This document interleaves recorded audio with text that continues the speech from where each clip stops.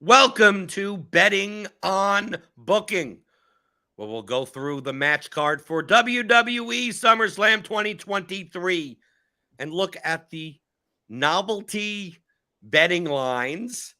Yes, you can bet on wrestling. Not for much, probably not for more than maybe $50 or something, but maybe you could eke out some lunch or dinner money. Join with me, Funkonomist, John Miceli. Last time when we did this, we did it for Money in the Bank. Major upset. I don't think anyone called Shayna Baszler turning on Ronda Rousey in the middle of the match and Liv and Raquel winning the titles. I think they were like minus 7,000 or something to win. And yeah, if you parlayed that together, if you parlayed, if you're able to, you're not able to, but if you're able to, if you were able to, and you parlayed $100 on all the actual winners of the matches, I think it came out to like $22,000. Wow. Oh my gosh. And that includes some like minus 2,000s in there. Just that, when you get like plus 2,500 on Liv and Raquel, and you're picking like 7 different things, that's what it'll end up being. So I mean, obviously didn't get any money down because I'm not on Bet Online. So take our advice with a grain of salt, I guess, if you get any money down. But SummerSlam, we got 7 matches. From a wrestling standpoint, are you a little surprised at some of the matches that aren't on the card? Yeah, I mean, I think the Logan Paul Ricochet matchup is probably holding a few other matches out, because I think that one's sort of put together a little bit late, and some of these other ones I think were put together a little bit late. But I mean, I think it's a good match card overall. Because we're not getting Rhea versus Raquel, which is they're obviously setting up, and they do all this work for Becky and Trish, and it's being pushed to like a Raw or something like that. It's like almost like a waste. Yeah, and that's been all over TV. I am surprised by that. That one I was surprised by. I think it's I don't even know that it's necessarily they're pushing these to another pay-per-view, right? Like you said, I think it might just be not going to make it on. Yeah, word came out. Sean Ross Sapp reported that that the reason why Trish and Becky are not on the card is because if they were going to be on the card, they're trying to keep these PLEs to like 3.5 hours. They're trying to keep it to like 7 or less matches. They don't want to have it's not AEW when there's 13 matches on a card and it's 4.5 hours. And if they were going to be included on the card, essentially they wouldn't get enough time that they would have wanted. So it's like, do you want to be on the SummerSlam card for 8 minutes? Or do you want to have a 25-minute match? It's just that obviously it can't be on the SummerSlam card. Yeah. So they opted, not the talent, but the producers and everyone, they said, nope, we'll have a nice TV main event, draw a good rating, and do it there. I'm just surprised they didn't try to fit it in on the Great American Bash show. They throw anybody on the NXT show. Right, everyone's coming down from the main roster. Yeah, right. Exactly. They're all there. Where's Dirty Dom? Right. Okay, so let's go through some of these. We'll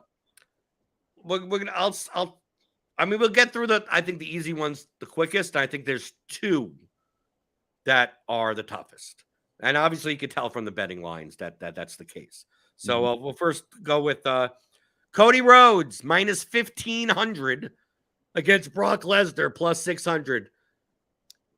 John, not only do we don't know why Brock ever attacked Cody, right? If this wasn't what would the line be if this is a real fight? A real fight? Oof. It depends. Do they have to go through USADA on the real fight, or is this just a WWE? It depends on the rules. Yeah, it wouldn't be good for Cody. It certainly wouldn't be where it is. No, I think not only it would be flipped. I think Lesnar would be like a minus 20,000 favorite. Yeah, we might have he'd be like 10-5 on DraftKings MMA for the slate. Did you check out the Cody documentary on Peacock? I haven't seen it yet, but I'm planning to watch it. Okay, it's good. It's long. It's 2 hours long. Wow. I did hear that it was pretty interesting. There was a couple things that like people were wondering about afterwards. So, but we have Cody, who has He won the first match, right? He lost the second one when he passed out to a Kimura, which seems odd that you would pass out to that. Minus 1,500 implied probability is 93.8%. Do you think he should be this big of a favorite? I mean, honestly, I think he probably should be. I don't know that he should. I mean, maybe it would be a little bit less, but I think the heavy favorite thing is not surprising. I just don't know where they'd go with Cody. Like, to me, the whole story has been, and I think it gets to why you probably didn't have much. We probably didn't have much background on why Brock attacked him. There have been some rumors that somebody else may attack him after this fight too. But I think, to me, it's how can we delay the finish the story narrative a little bit. And so, I think they're leading to that in the long run, which probably gets to maybe one of my other predictions later. But I think, like, there's the off chance that Vince McMahon comes in and says, nope, we're not letting Brock Lesnar lose. I just don't think it's going to happen, though. I think do you think Cody's going to win clean? Yeah, I think he's going to win clean. I think it'll take a few finishers, and then he'll win clean. I do. It'll be one of those finishes where he does 3-4 crossroads. Correct. Like that. So you don't think that with the whole thing of like Cody needs to go through adversity, that from a booking standpoint, like if Cody were to lose this match, like, do you think that comes across as, wow, that's a lot of adversity? Or is this the type of thing where, well, if he couldn't beat Lesnar, can he really beat Roman? Yeah, I think that's the second one is the question there, right? Because Roman's beat Brock. I just think to me, this, like, over the last year since WrestleMania, I've figured they're building to this eventually. It's just not going to happen now. I think losing that second matchup was the adversity, and so we've seen it like over the last month or whatever. So you're laying minus 1,500. No, I wouldn't bet either side, to be fair. I don't. I mean, I think if you could do a parlay, I probably would put Cody in it. But I mean, in terms of a straight bet on Cody, I don't know that I'd bet on either side in this match. I mean, if you bet what? If you bet $100, you'd win what? 15? No. Way less than that. Yeah, you'd have to bet like a dollar or something. Right. Yeah, that's why it's like, why do you want to lay? Yeah, do you want to put down 15? You can't put down 1,500 to win 100. Right. If I thought I could win enough to cover the Peacock subscription price for the month, I'd do it. But I don't even think I'd be getting there. Yeah, I don't think you could get that much down. Yeah. Okay. Next match is what you talked about before: Logan Paul versus Ricochet. This comes out of the Money in the Bank they saved that spot, but a little botchy on the spot for Money in the Bank. Logan Paul minus 400, Ricochet plus 250. Do you think the line should be this wide? Do you think that this should be an entertaining match, but Ricochet has never been protected, and Logan Paul has not won a match on a PLE. I think that gets at the crux of why I think actually Logan Paul probably, and I don't know if it's necessarily that he'll end up, like, from a closing line perspective, higher, but I think he's probably a better betting favorite than is represented by the lines, in all honesty. So you think he has a more than an 80% chance of winning?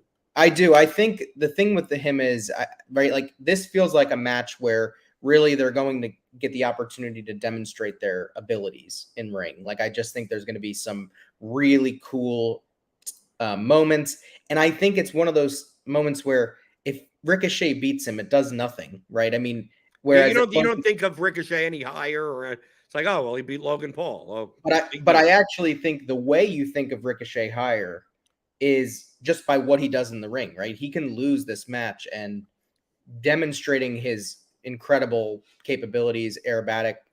I think that's going to be enough to kind of put him over. Do you think they make it that, there's some type of, he doesn't win clean, right? Like Paul cheats. Yeah, I could see that. I mean, I could see that happening. I don't know. This feels a little bit like a one and done to me. Like, I don't know if he cheats. It's like I don't know where they go with that. Well, I don't And think they continue it past there. I think yeah, it really depends on the whims of the producer of like I don't think Ricochet loses anything if he loses clean. But maybe someone's like, Paul will pill him while pulling the tights or holding the rope or sure, it's some little thing that really to the audience doesn't. He's lost, right? sure. But yeah, nothing's going past here. Logan Paul's gonna show up at Survivor Series doing something because Yeah. Logan Paul basically just shows up like 3 or 4 times a year. Yeah, and I think it'll probably be against a more high profile opponent at that point. I do think I'm curious to see if there's any mention of Jake Paul after the match because he's got his fight like later that evening. I don't know that it'll happen, but I think it's interesting to think about. Next match up on the docket is Shayna Baszler versus Ronda Rousey. MMA rules. Shayna Baszler minus 800, Ronda Rousey plus 425. If this was a real fight, what would the line be? That's a better question. I mean, I certainly think, I actually think this is a case where probably the flip is maybe a decent representation of where it would be. But it wouldn't be overwhelmingly for Ronda. No, it wouldn't be like Brock versus Cody, that's for sure.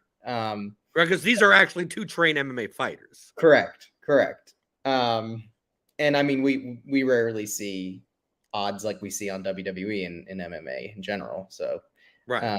What do you think the match is going to be like when they say MMA rules? So there was a match on NXT like a month ago, I think it was about a month ago. Might have been a little more than that. And I'm blanking on who was in it, but basically the ring had no ropes on it, and people were huddled around. It's a blood. That's called blood sport. Yes, and that was a really. I think it's going to look something like that. If I had to guess, I think the only other thing I've heard is that maybe it's just a normal match, but you have to win by sub or KO. And so I think that's possible. You don't really see submission matches much anymore, so it's possible it's just something like that. But I think it's so. I actually think this is probably one of the spots where I'd be willing to take an underdog.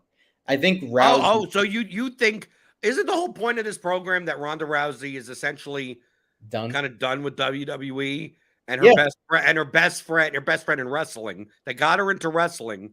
She wanted to do the tag team with her best friend, right? And then you would want to put her over on the way out because what does Ronda Rousey gain from beating Shayna Baszler? Because Shayna Baszler's never really been protected. But Shayna could gain so much by beating Ronda. I think that the probability, you'd have to look at like plus 425 on Ronda Rousey's a 19% chance Vince McMahon or Triple H says, now let's save Ronda's supposed to be a beast and let's save her. And Shayna's going to end up being a heel, so no one's going to root for her anyway. So let it be competitive, but Ronda still win on her way out. That's where my head's at. And I think my head is, a couple times there's been rumors about Ronda leaving. And then maybe. No, it's not been confirmed. No, it hasn't. People have just said she has a hard out on her contract. That's kind of how it's been worded. But do we know that it's now? Like, there's so much ambiguity there, right? Like, and I just like I keep coming back to those odds. They're just very long. And when you look at the two names in the matchup, it just, you have this one wrestler who, like you said, has been protected over and over again. I don't know if I feel like Shayna Baszler, what she would gain from winning, and she would gain by winning. It just will she be booked as if she beat Ronda Rousey past this, or is it just a favor to Ronda and Shayna's back to showing up on Raw once a blue moon to lose to a baby face or something? And I honestly, I think that's where it probably winds up going. Whereas I actually think when you think about it, even if Ronda has this out on her contract, there's two other things I think about, right? There's been this MMA rumor, which was been kind of shot down by Ariel Helwani now. I don't know that that's true, but it would be interesting if she is thinking about an MMA return for her to win an MMA rules match. And it certainly wouldn't look great if she lost an MMA rules match. I know that people understand sort of the difference between the two styles, right? UFC and WWE. But I also think if she's just kind of stepping away from WWE and may at the very least have appearances later, right? Like it's certainly plausible that the best match that Shayna Baszler gets after beating or losing to Ronda Rousey is Ronda Rousey again at some point. And I think the best So way you that think maybe they trade win? Maybe Ronda beats her this time, and it turns out she's not leaving, because we always have that, like, the fight pit or something like that. They're not doing that. So that could be a Hell in the Cell, right? Ronda's never done a Hell in the Cell. So maybe it's because the next pay-per-view is called Payback, sure. right? So I'm getting a little bit more on board. 19%. That's, you know, Ronda Rousey. It's quite possible that maybe we're overreacting, that she is going to put Shayna over on her way out the door, but maybe it's after trading wins. correct. That's my thought. And I think if we were a straight up pick'em show where we're just saying who do we think's going to win, right? There's the odds there, and I think it probably reflects fair. I just think there's a little bit of value on that Ronda Rousey line where there's just something else that could there in terms of a range of outcomes. There's maybe more outcomes than what the odds reflect for Ronda to win, where they could, in terms of like booking outcomes, is how I'm kind of thinking about it. I think there's a lot of outs there for Ronda win. Here's a little bit more of an advanced question. Sure. Do you think that the public, I know these are not efficient lines or anything like that. Sure. Do you think come Saturday, because these lines will move. Come Saturday, do you think the casual person that could put maximum of like maybe $50 on this on Bet Online, look at Ronda Rousey and go, I'm going to bet on her? Or is it wrestling fans that are like, well, obviously Shayna's going over? Do you think that like tomorrow or Saturday, do you think the line will be minus 1,500 plus 600 for Ronda? Or will it be like minus 400 plus 200? Like maybe you could get a better price at a different time. And I think that that's fine to wait on. I don't know. Like, I think it gets right to the crux of the point is who represents the betting lines and what do they move based on, right? Because, I mean, we would think given the limits and that kind of thing here in this sort of market, there's not some sort of sharp 10,000. Right, there's no sharp. There's no like, okay, oh, this guy bid $50. We got to move it. Yeah, right. Exactly. You know, unless Jordan starts betting on it, then maybe, maybe they will move on a lot of like a bunch of people, like, and then they'll move or whatever. I mean, it's like any other sports book, but I mean, I think it's very low liquid novelty markets. Yeah, and I think if it's casual, like, I mean, this is a more casual event, right? In terms of this draws in more viewers than just the WWE fan base. I mean, they're the typical fan base that watches every pay-per-view. I mean, I think that there's probably something alluring to say, oh, wow, I can get Ronda Rousey at these odds, and so maybe, but I do think if you've been following WWE programming and watching some of these, like they put out sort of that video, the hype videos, like it leads you to think Shayna's going to win. But I just think, so it just depends what people are betting based on. But so it's a tough question to answer, and I'm kind of giving a non-answer, but I think. But you think there's value plus 425 now anyway? I think now, yeah. And I mean, if you get a better price later, I think it's probably even better. Yeah, but the difference, if you get a better price on what, a $20 bet? I mean, yeah, yeah. Every dollar matters, but I mean, you're not betting on these lines professionally at all. Sure. Next matchup is the Intercontinental Championship between the champion Gunther and Drew McIntyre. Gunther's a minus 850 favorite. Drew McIntyre on the comeback at plus 450. I'm a little surprised. I would think the line should be wider. It seems to me, why go this far with Gunther and not have him beat the Honky Tonk Man's record? I mean, Roman has the record, Bianca has the record. Like, they're trying to replace these records with more modern people. Why go all this way and then have Gunther lose? I don't think Drew has anything. Drew doesn't look bad losing to Gunther. Gunther has Imperium that can obviously, protect Drew by, some type of cheating. Sheamus is always lurking around, and you never know what's going to happen with him. I know it's minus 850, but I view it as betting on booking. That is an implied probability of 89.5%. I'd have to say Gunther's like, I mean, I could line this fight at minus 2,000, and I'd still, I wouldn't bet it at minus 2,000 to win like $2 or anything, but I don't know. Do you feel that? Do you feel that it's not anything against Drew? It's more the fact of he's like 34 days away from breaking the Intercontinental record. I think the question here is, yeah, exactly right. I mean, it'd be interesting to see how far the next pay-per-view is in terms of days away. But I'm guessing it's probably no. Gunther, he would have to win at Payback also. It's like like the record is like 2 days after Payback. I believe that's what it is. And I think it's interesting, right? I think Drew, there has been all this speculation about sort of whether he's been happy with booking, how he feels in terms of his contract, whether he's going to renew. I think WWE looks at McIntyre as an asset that they don't want to lose. You're saying maybe there's a possibility that he goes over here for the sake of like contract reasons? No. I guess where I was going. Or you think the opposite of like he's probably out of here so we could beat him a bunch of times?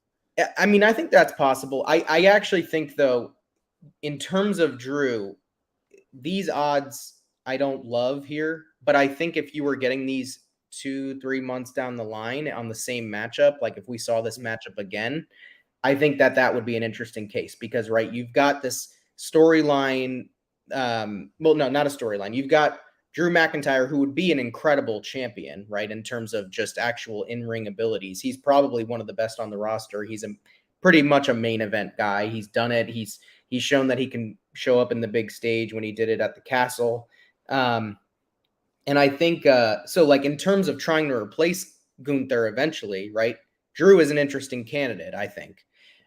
Right now, like you said, I don't know that it makes sense when they've got this record kind of looming. Right. So you think that if this was like October 15th, this line would be like Gunther minus 200, Drew McIntyre plus 150. Like something. Yeah, and maybe it wouldn't even be different, but I think maybe we wouldn't be presented the lines differently, but I think the actual value would be there on a Drew bet at that point. Right now, I'm not so sure, but I think, I do think he's an interesting candidate to take the belt, especially if they're going to transition Gunther over to that world title picture, which I think is going to happen. So, I mean, I think it's interesting and a possible upset spot, but I just don't think you're getting the value you would need to get on it right now at plus 4. Like you could bet Ronda Rousey and get similar value, and I think I'd rather do that. So. Okay, then we have the WWE Undisputed Universal Championship match, which is Roman Reigns versus Jey Uso. Main event, Jey Uso. We saw last month that, in the tag match, Jey pinned Roman. But Roman's a minus 3,000 favorite here. Jey Uso's plus 800. Do you just take your like 62 cents or whatever by just betting Roman Reigns at minus 3,000? Is plus 800 is 11%. Do you think Jey Uso has an 11% chance of winning this match? And also, let me be clear. I believe, it's a sports book. Mm-hmm. I'm going to throw a little wrench into this just to make it interesting. Roman Reigns has lost a match in the past 2 years. He just hasn't lost the title. Seth Rollins beat him because Roman Reigns was disqualified. Mm-hmm. Do you think there's a chance, 11% chance that Roman Reigns still retains, but Jey Uso wins is plus 800? It's the longest odds on the board, but that's technically a win. I mean, I just want to create some amount of conversation because I don't think there's a chance in the world that Jey Uso is the new undisputed Universal Champion after this match. I do not either.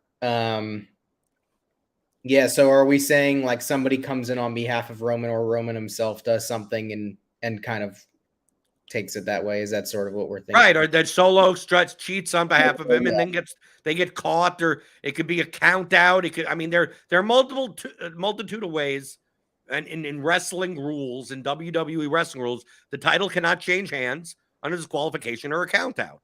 Yep. So this is still the bloodline story that's going to keep on going.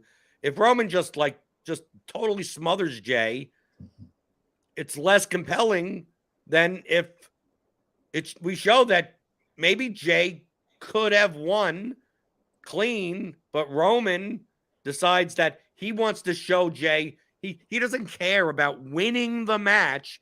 He cares about brutalizing his cousin. And eventually someone steps in and says, no, we got to stop this. You're disqualified. It's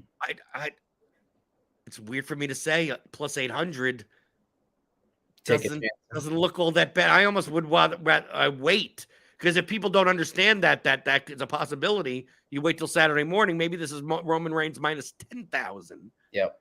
And then I'd put my $50 down. That probably, I think, is the answer right there. I think that I probably, if I had to guess, I think we will see that line widen further. I mean, I don't know how many people are going to be betting $50 on Roman Reigns odds, but I'm sure some people will. And I think I want to make it clear, I didn't mention this type of result for all the other matches. Sure. Because I think it's more that they'll be clear with. There's no reason for a DQ in the Logan Paul Ricochet match. There's no reason for a DQ in some of these other matches. Correct. But there's a reason that this could be a DQ. Yeah, and I mean, I think plus 800 might be a little too low of a payout on that, but it's not bad. But I do think if you were to see that those odds go up, it's an interesting angle. And it's certainly something that could happen, right? And just in terms, like, I think in terms of possible outcomes, right? It ranges from the following, right? Roman wins clean is probably the likeliest outcome. Roman wins not clean, but is not disqualified, right? So I think that's the more probable. I think it's more probable that it's Roman Reigns shenanigans, LOL, like we normally Solo. But Jimmy comes in, but Solo takes care of him, blah, blah, blah. Paul Heyman, dee-dee-doo. There's some type of way where it's like, oh, yeah, Roman won, but like, you pinned him 1, 2, 3 in the middle of the ring, but it was because of. Correct. I think it's more likely that than just an absolute clean win. Yeah. And then I think after that is when you get the technical loss with the retaining, and then a clean win by Uso. I just think I don't know if I sum those together, I don't know if it would be 11% in terms of what I think the odds are, but I think it would be a little bit. I think you would have to get a little bit more. I mean, like if we get to plus 1,500, I mean, that's 6%. Like, okay, I could take a shot at $10 to win 150. I mean, why not? And then you root and you hope that it's an ass kicking. Yeah, it has to be stopped. Yep. And there's I highlighted before with the Seth Rollins match. There is precedent for it. Sure. And then we get to see Payback. Right there, you go. Perfect setup. Okay. Now we get to the two hard ones. Yes. The WWE Women's Championship match. It's a 3-way. Asuka's the champion. You got Charlotte Flair. You got Bianca Belair. Asuka's minus 140. Charlotte Flair is plus 175. Bianca Belair is plus 350. I think in novelty markets, if we just tracked it back, I think you'd always be profitable if you just bet on Charlotte Flair every match. Well, it's good you said that, because that was going to be my recommendation. I think the no vig on the 3 lines is like 31% for Charlotte, which is, if you had no context whatsoever, it's one out of 3, right? Essentially, right. But Charlotte will always have a better than better than if it's 33%. If they were all even, Charlotte should be like 40+%.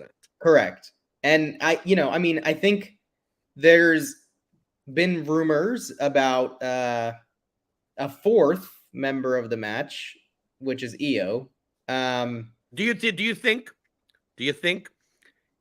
if Io gets involved, do you think that it's a babyface style cash in of I'm now in the match, it's a 4-way, or because we have to talk about that in the next match also, or is it that someone wins and then Io cashes in, and then Io cashes in? And see, the thing is, just like with the DQ in the last match, imagine if Io gets inserted and wins.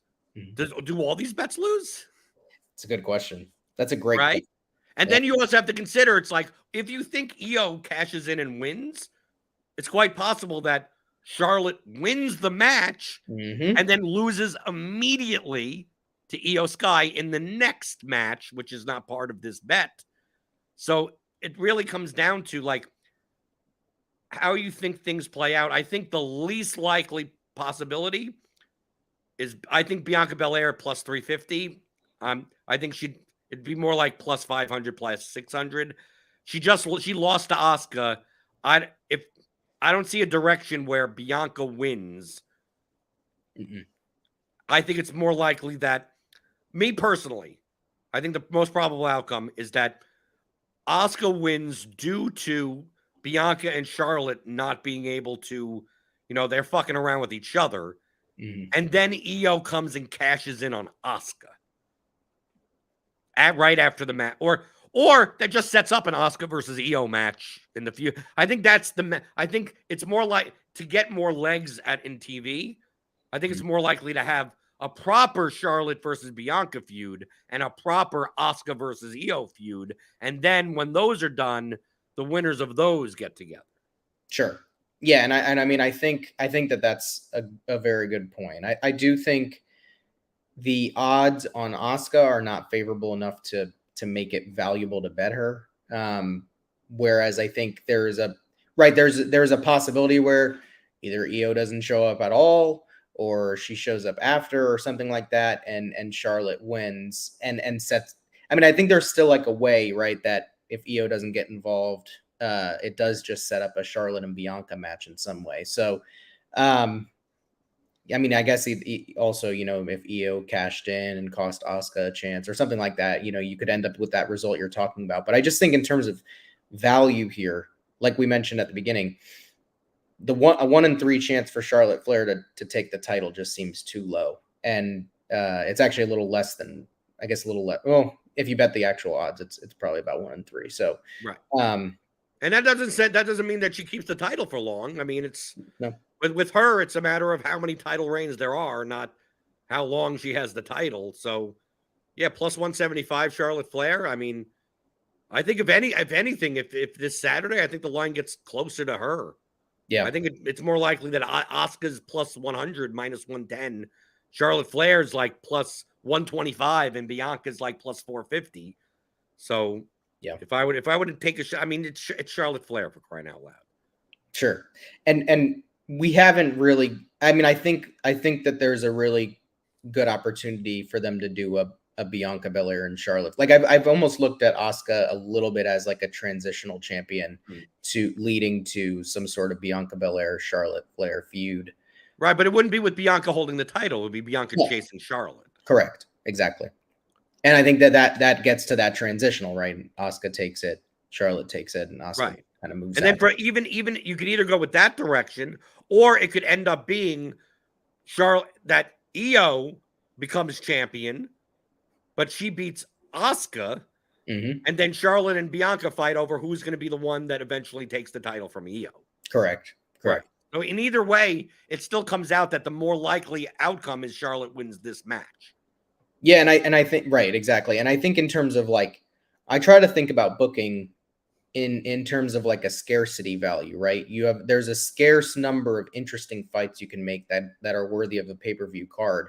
And I think, right, a championship essentially guarantees that worth, right? In terms of, not if you're Rhea Ripley.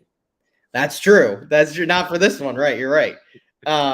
But it certainly helps, and I think, but I do think, right, in terms of that scarcity value, right, a Bianca Belair Charlotte Flair matchup probably is worth it, regardless of whether there's a title on the line or not. Probably, it Right. But probably of course, makes but we sense. also know the way that they book that They Charlotte like can never be in any story that doesn't involve the fucking title. Yeah, yeah. I don't know why, but yes, you're right. Maybe that changes. Who knows? Maybe it changes now. Last match, the hardest one to call. Yep. WWE World Heavyweight Championship match. Seth Rollins, Finn Balor. They're both minus 120. Incredible hold there. Obviously, we have to mention the fact that Damian Priest holds the Money in the Bank briefcase. Finn Balor, obviously part of Judgment Day. You probably see Dom and Rhea around. Damian Priest will be around. Do you think I see many paths in this one? It's quite possible that I see multiple outcomes. I see literally all three outcomes are possible. So I know 6 outcomes are possible, right? All the branches. Sure. So here are the outcomes. Seth beats Finn. Damian does nothing. Doesn't try to cash in at all. Finn beats Seth, and Damian doesn't cash in at all. Seth beats Finn, and Damian cashes in and loses. Finn wins, and then Damian tries to cash in and loses, and then that with them win. Like, it's all of them are possible. It's possible that Finn beats Seth, and then Damian just takes the title away from Finn immediately by cashing in, or waits and it's at pay, and then it's Damian Priest says, "I'm going to challenge it." It could be that. It could be that Seth wins, and then Damian cashes in on Seth and becomes the champion. Mm-hmm. It could be that Seth wins, Damian Priest goes to cash in, and Finn costs Damian Priest in the second match from getting a successful cash in. It's minus 120. It could be Damian. Dude, here's another one. Damian Priest comes out and says, "I want a 3-way." And now it's a 3-way match. So now if Damian wins that match, that isn't even on the bet. You can't even win the bet at all. Right. How do you make sense of all of this? There's so many paths, right? Like you said, I think, right, there's a budding storyline for the sowing the seeds of discontent amongst Judgment Day. And the issue is there's not a clear path to get there, like you said, in terms of a betting outcome, right? Because even if Seth wins and then Priest cashes in on Seth and wins, which seems like almost the least resistance path, right? Because it's not Priest cashing in on Finn. Finn would be eliminated, right? Theoretically, at that point, there's still that aspect of on Monday Night Raw, Priest just walked away with the title that Finn thought he was going to win. So there's the discontent is almost. Unless they just don't involve the Money in the Bank briefcase in any way, Seth wins clean and nothing happens, right? Like, it just doesn't feel like that's going to be the case. Well, I think it's less of the case. I'm more likely to take a shot on Finn. Yep. And I think I'm more likely to wait. Because I think it's more likely that people will just pick Seth. Because I'll look at this matchup and go, if this was 2 years ago, Seth would be a minus 600 favorite here. Mm-hmm. Because Finn is, I enjoy watching Finn, but Seth is a much bigger, attraction than Finn is. But my attitude is, if Seth wins, what does he do from there? What is the next thing in his World Heavyweight Championship on Raw? And it's not going to be Cody, right? Because Cody shouldn't get involved with this title because that's not the title he's going after, and he's already obviously fought Seth multiple times. And then you look on Raw and you go, what the fuck does Seth really do? Unless we get like Randy Orton, but I think he's more likely to get involved with Riddle and stuff like that. Lashley is on SmackDown, so I think that protects Seth. So I'm like, where does Seth go as champion?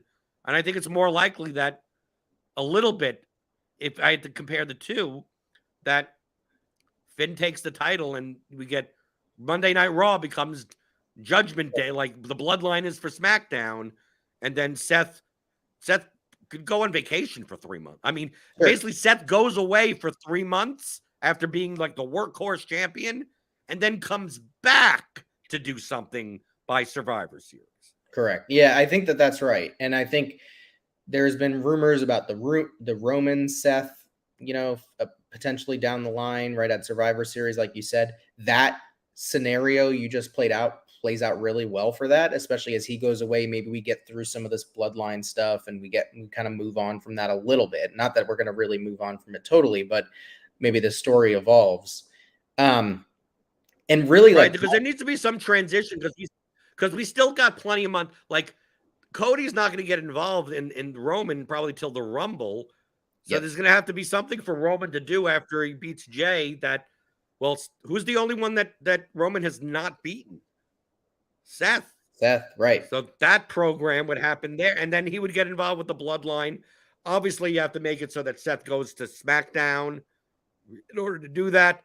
And then obviously once Seth leaves and or goes to SmackDown, it also opens up a spot for Kevin Owens and Sami Zayn to be the ones to challenge Judgment Day and have one of them try to beat Damian or Finn for the title. And I think the interesting thing, couple other things that I think are interesting about this matchup. So, right, like I think honestly, the one outcome I could have seen play out with Seth of winning, just winning clean, no mention of Money in the Bank, would have been Gunther coming out to beat him if he lost to Drew in some way, or just coming out in general and challenging him. I think that's premature. I don't think it would happen now. And I think the other thing is, it seems like there's been something of an effort, right? I think the WWE loves having a major heel faction, right? They've got the Bloodline on, SmackDown. On Raw now, it seems like Judgment Day, and I think they've done a lot of work over the last month to really elevate them from sort of this thorn in the side sort of faction to like a legitimate, team that has serious prowess in wrestling, right? So you've got Rhea has a title, Dom has a title, Damian Priest is walking around with the Money in the Bank. Really, Finn is the odd man out right now. And I think that speaks to that upside of maybe he does take the championship, and there is that sort of awkwardness between him and Priest over the next few months that plays out on Raw. And I don't know where that eventually goes. But you could see a scenario where that eventual split happens down the line somewhere but right, like it's a pretty interesting way to elevate a faction, and it seems like they've been trying to do so, to have all four of them walk out with some sort of title or something on them, right? Money in the Bank being something of a title or elevation piece. So I think if I was going to go on one side here, I think I probably would be Finn. I agree with you, though. I think if you can wait and see if you can get better odds than -120, it's probably a good idea. And I think you probably will see that opportunity, because I think you're right. A lot of people are going to say they're not going to take the belt off Seth. One other interesting side point is that I think there's been some discussion about Seth having a number of lingering issues that he wanted to address injury-wise, So I think that might be another reason why we could see an absence of him from television for a little bit as he takes a break after 3 months of sort of carrying this new title in. So yeah, I think that's a great point. Okay, so I'm putting this together as a parlay. Sure. Okay, I'm going to calculate all of our possibilities if we put it together. So Cody Rhodes -1,500, Logan Paul -400, Ronda Rousey +425. Gunther -850, Jey Uso +800 on the DQ. Then we have Charlotte Flair +175, and Finn Balor -120. If you were to bet $50, parlay odds would be +35,399. So you'd win about $17,700. That wouldn't be a bad day. That'd be a pretty nice day. I mean, you're not going to be able to do this on Bet Online. You're not going to be able to do that. Blender if you would be- could. Yeah, you'd be booking another trip to watch some wrestling shows if you won that. I think. Yeah. Go. Okay. Do we want to quickly go and look at the draft? Is the DraftKings pool? Because I checked earlier. I'm not sure if they had the pool ready. Yeah, I didn't see if it was ready yet either. Right. Oh no, we got it. We got it here. Okay. It's not much. Not much. It's not much. It's for the. Okay. So this is the DraftKings free WWE SummerSlam pool, $25,000 pool, free entry. It's just for the tribal, the Roman Reigns Jey Uso match. There's 1, 2, 3, 4, 5, 6, 7, 8 questions, and it's not many options. So that's why we're going to have to use a little bit of game theory. Sure. Right. We don't want to run into instead of splitting, right? Not just like we don't want to go crazy, but we have to think of like what would people think. Let's go with the Jey Uso DQ type of angle. Yeah. I like that. Right, let's parlay. That. There you go. Okay. So that's why it starts with this. Who will win, Roman Reigns or Jey Uso? I guarantee you that the ownership of Roman Reigns is going to be like 90+%. Correct. Definitely. So we're going to go Jey Uso because it's going to be a DQ. I like that. Okay, let's do it. It's a free entry. Who cares? Yeah. Okay. How will the match end? Pinfall, submission, other. Obviously, other. Yeah, other. And that is probably going to be lower ownership than even Roman Reigns or than Jey Uso. I would have a feeling. Right. Will Solo Sikoa enter the ring during the match? Yes. Right? Well, I mean, if it's a DQ, I'm going to assume. Yeah, I would assume too. Yeah.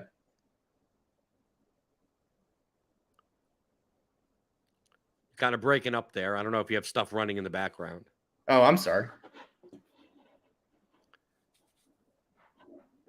The next question is, will Jimmy Uso interfere in the match?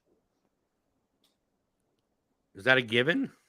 Yeah, I think so, right? If we're going on the correlation there. Will Paul Heyman betray Roman Reigns during SummerSlam? I don't think so. I don't think so. How many tables will be broken during the match? None, one, or more than one? Does the announcer table, does that count as a table? Good question. Yeah, it probably does. Do you think it's more? We're going with the Jey Uso getting brutalized. So do you think it's one or more than one? I think it's one. I mean, I know we're going with the brutalization thing, but I think... Yeah, I mean, I just think, how often do you see like tables get involved now? And now, like, you know what I mean? Like, you typically will see, he threw him through the announcer's table and he did some other stuff. But I feel like you don't usually see like, oh, we're gonna pull another table in and throw him through it. I don't know. I think maybe you'll see one. Solo sets up a table in the corner and then Roman spears someone through it or something. Yeah, that's possible. Because remember, there's like no rules. That's the whole point of this type of match is no rules. Yeah, that's true. And I guess so like, right, they're not, it's not saying, as part of the disqualification, it could just be at any point. So yeah, I think that's fine. Okay. Elders. How many tribal elders will appear as part of this match? Over 1.5 or under 1.5?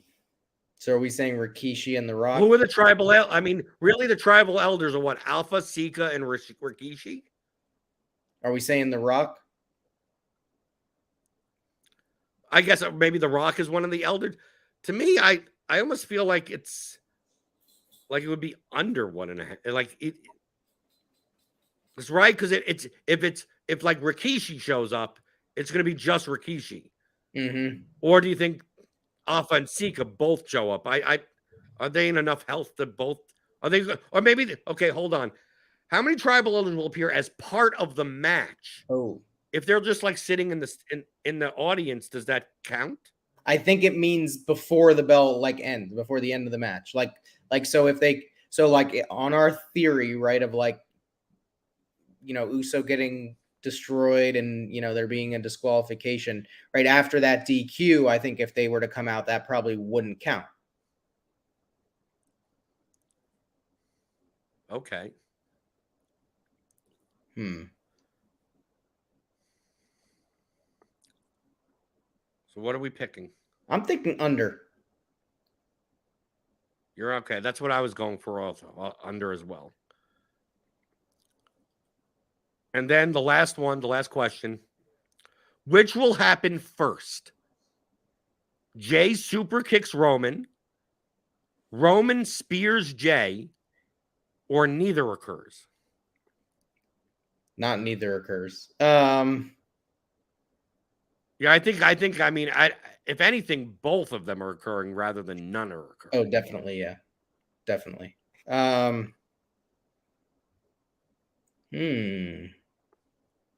So basically from a structure standpoint, who do you think gets the shine first? Is it the heel or the baby face? I think it's the baby face. And I think that'll lead right to the match outcome we're thinking. Okay, so Jay starts off by basically Jay looks good in the beginning and then Roman kills him. Correct. Okay, so we're going Jay super kicks Roman. There, we got it all in. We're going to have a very low owned, right? The fact that we're choosing Jey Uso as the winner in technicality, right? And how the match will end is other, right? I think we're on board with the Solo and the Uso. We're probably on the side of the chalk. I think we're on the side of the chalk with Heyman. I think we have a kind of semi-chalky card in general, other than the fact that Jey Uso wins by disqualification is the outcome. Yeah. Why not take a shot? What's first play? Pay table and rules? If we were unique, that's $1,000. It's not bad. And I think right? we've got enough max ownership sum when we did the 2 picks at the beginning. So we're good. I think in terms of right. Trying not to be duplicated. Right. And even if we are duplicated, maybe we're duplicated only like 3 or 4 times, and then we split $1,600 for it. That's $400 or something. It's still better for a free contest that typically pays out like you're tied for $8 million. You're tied for 1,700 for $1.20. It's like, okay, it's $1.20 I didn't have before. Right. Exactly. Okay, so I'm gonna submit this in. There we go. Submit. And we're gonna root for a Jey Uso disqualification win. Or maybe he wins. Maybe, who knows? Maybe he just fucking wins. He did. Hey, he pinned him last time. Maybe he does. Maybe he does it again. Right. That's not happening. No. Do you think Roman is losing at any point other than WrestleMania? No, I do not. Okay, me too. Right. I mean, a tag team match maybe, but okay. I don't even think they'll do one. Yeah. Right, but I'm just talking about losing the title, and not being the title holder anymore. Right. Mm-hmm. Okay, John at Funkonomist on Twitter, on X, whatever you want to call it. I'm still calling it Twitter. Same. And we'll be back. Maybe we'll have odds later in the month for All In, as well as All Out, and then we also have Payback. So I think the last 2 weeks of August and the first week of September we'll be back again. I think this is interesting. I think no one previews PLE and pay-per-view cards like this of like, what you really you really think Ronda Rousey's going to win? It's like, well, I mean, if you're getting plus 425, I mean, that, like, what actually is the percentage? It's not just like what's the most likely to happen. Mm-hmm. And look at the last PLE. Like, dude, Ronda and Shayna were the biggest favorites on the entire card, and they lost. That's right. Okay, so thanks for coming on, and we'll be back later this month for another episode of Betting on Booking.